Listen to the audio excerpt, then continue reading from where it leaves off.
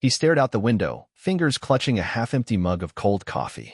The quiet hum of the dishwasher was the only sound in the kitchen, broken occasionally by the rustling pages of a coloring book. Adam glanced back at his daughter, Lily, just 6, with big brown eyes and hair tied up in a messy ponytail. She sat at the dining table, her crayon moving slowly across the paper, but her smile was missing. It was her birthday, and once again, she had asked the same question. Will Mommy be here this year? Adam's heart clenched. She didn't remember her mother, not really. His wife had passed away from cancer when Lily was just a baby. Since then, it had been just the two of them. He did his best. He worked hard, packed lunches, braided hair as best he could. But there were moments like this, birthdays, family events, when he felt like he was failing her. That night, after Lily went to bed with her stuffed bunny tucked in her arms, Adam made a decision. A desperate one.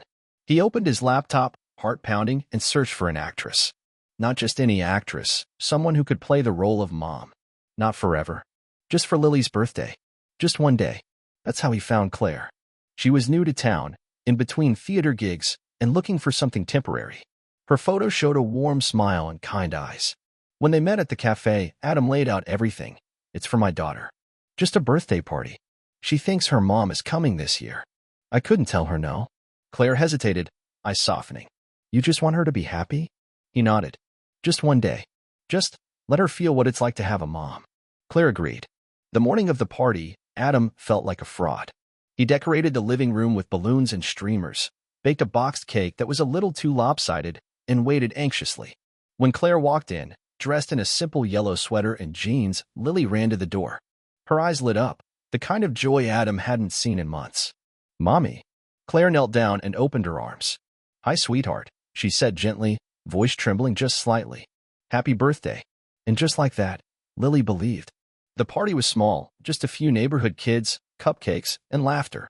But what stood out was how naturally Claire slipped into the role. She helped Lily cut the cake, danced with her in the living room, and kissed her on the forehead when she opened her presents. Even Adam was stunned by how real it all felt. When the guests had left and Lily was tucked into bed, clutching her new doll and whispering best birthday ever, Adam turned to Claire in the kitchen. Thank you, he said quietly. You have no idea what this meant. Claire looked tired, but her smile was soft. I didn't think it would hit me like that. He nodded slowly. It was just for today. You don't have to stay. But she didn't leave. Not that night. One day turned into another. Claire came by the next morning just to say hello, and ended up staying for breakfast. She brought cookies later that week. Then books.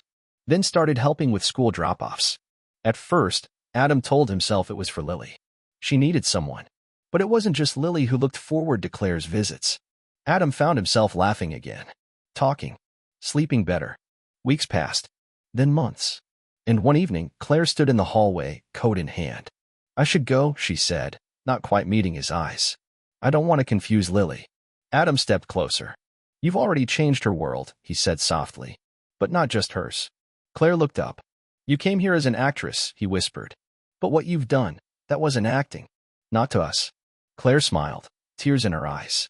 Not to me either. And that night, she stayed, not because of a role, but because they were no longer pretending. Claire never replaced Lily's real mom. But she gave her something precious. Love, comfort, and laughter. She gave Adam a second chance at family. And in return, they gave her a home. Sometimes, the most unexpected roles become the most real. And sometimes, one day is enough to change 3 lives forever.